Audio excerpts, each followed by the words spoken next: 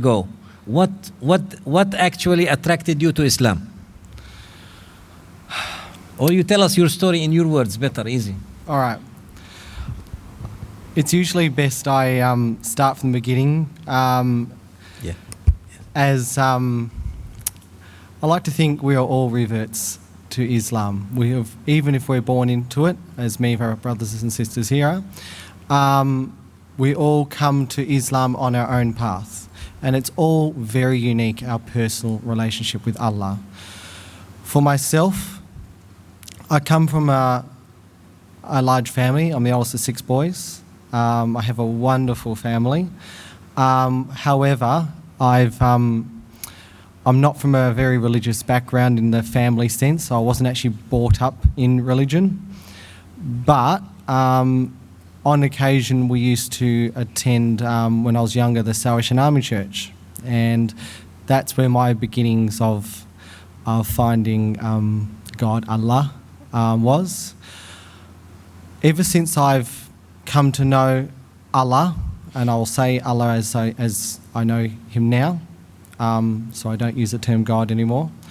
Ever since I came to know him as a young boy, I've always strived to have a personal relationship.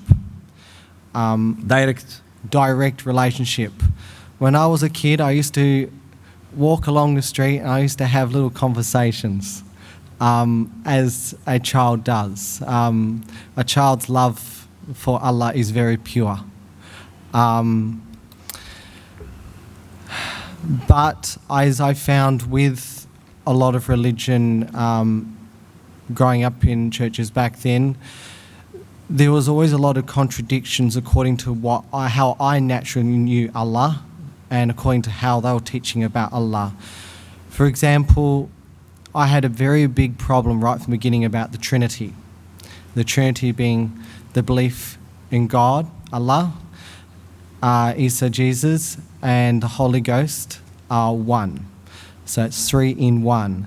And I never, ever could be convinced ever that how could 3 separate beings be one being all at the same time?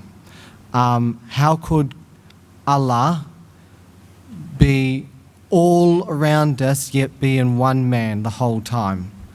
How could Allah come down from immortality to mortality to perfection to imperfection and allow himself to be killed?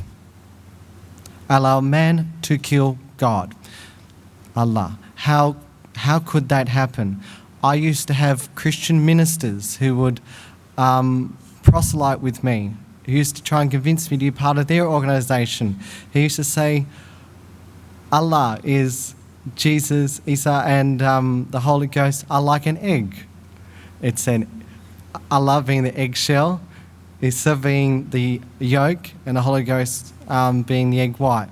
And I would say, but then Allah's not an egg, or the water analogy.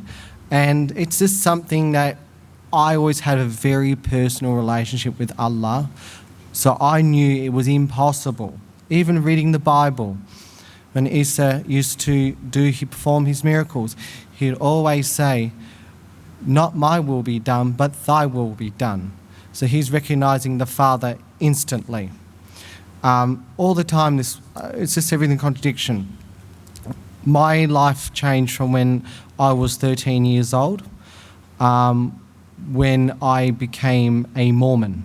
And Mormonism, or the Church of Jesus Christ of Latter-day Saints, is a Christian religion, but it's a very different form of Christianity. It's a very strict form of Christianity. They believe in that in order to be a true Christian, you must live the word, you must preach the word, and you must be an example. So it's all about living a life of, like the prophets, trying to be on the path of perfection like Allah.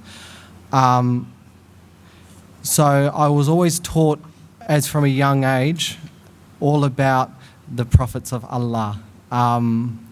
Going from Adam to Enoch, Noah, Ibrahim, Isaiah, Suleiman, Isa. But being Isa, we believed he was a direct son of Allah sent on earth.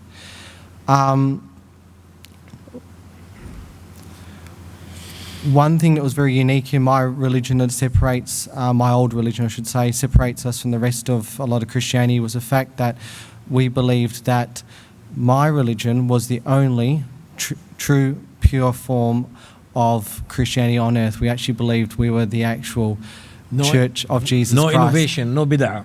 That's right. They believed that through a young boy named Joseph Smith in New York, they believed that God and Isa, or Allah and Isa, appeared to him after his prayer and revealed to him that he was going to be a prophet and they were going to reinstate the Church of Jesus, Isa, back on earth again. So we believe that our religion is the ancient religion that was placed back on earth because it had been taken away with the killing of the prophets and resulting in the death of Isa. So we used to believe without question this was the only true church on the entire earth, and that we also, from the founder Joseph Smith, that they believed was a prophet, there's continuation of prophets all the way until now. They believe they have a prophet right now by the name of Thomas S. Monson. I put my whole life into this. I became a missionary for my church where I went actively preaching to the communities. I preached about how I found Allah, about my personal love for Him, and about how I wanted to share that love for everyone else. But my main problems were following this faith was several. I felt like I was always pretending that I had to put a mask on every day. That I had to convince myself that this was the truth. There was always something not quite right. There was always something so fake about it. I always, every day, would pray to Allah to come closer to Him. I'd always pray to Him every day to take away a pain for me that had been affecting me my whole life ever since I was 8 years old. I prayed to Him to take that away every single day of my life. I even got to a point where I remember one day crossing a busy highway and I almost threw myself in front of a truck because I felt so dark and so unloved and so black inside. My prayers were never answered. I always felt like I was the most Lost soul. lost, yeah. You feel lots of people are suicidal at young age? Yes, I do feel that way. So did you leave the church after that? Did you feel that's not my part of my life, that's not what I want to do? I left the church 3 years ago, not by any official means, but I just stopped going. I was actually almost kicked out of my religion for things that they didn't agree with, and I had a meeting in front of the church council of all the regional leaders.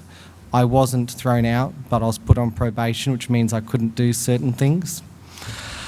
Tell us who introduced you to Islam.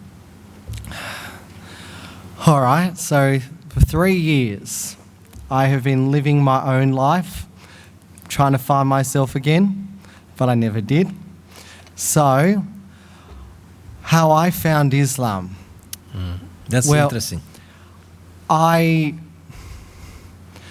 was hearing a lot of negative things about Islam through friends, work colleagues, through the media. Not that I watch a lot of media anyway.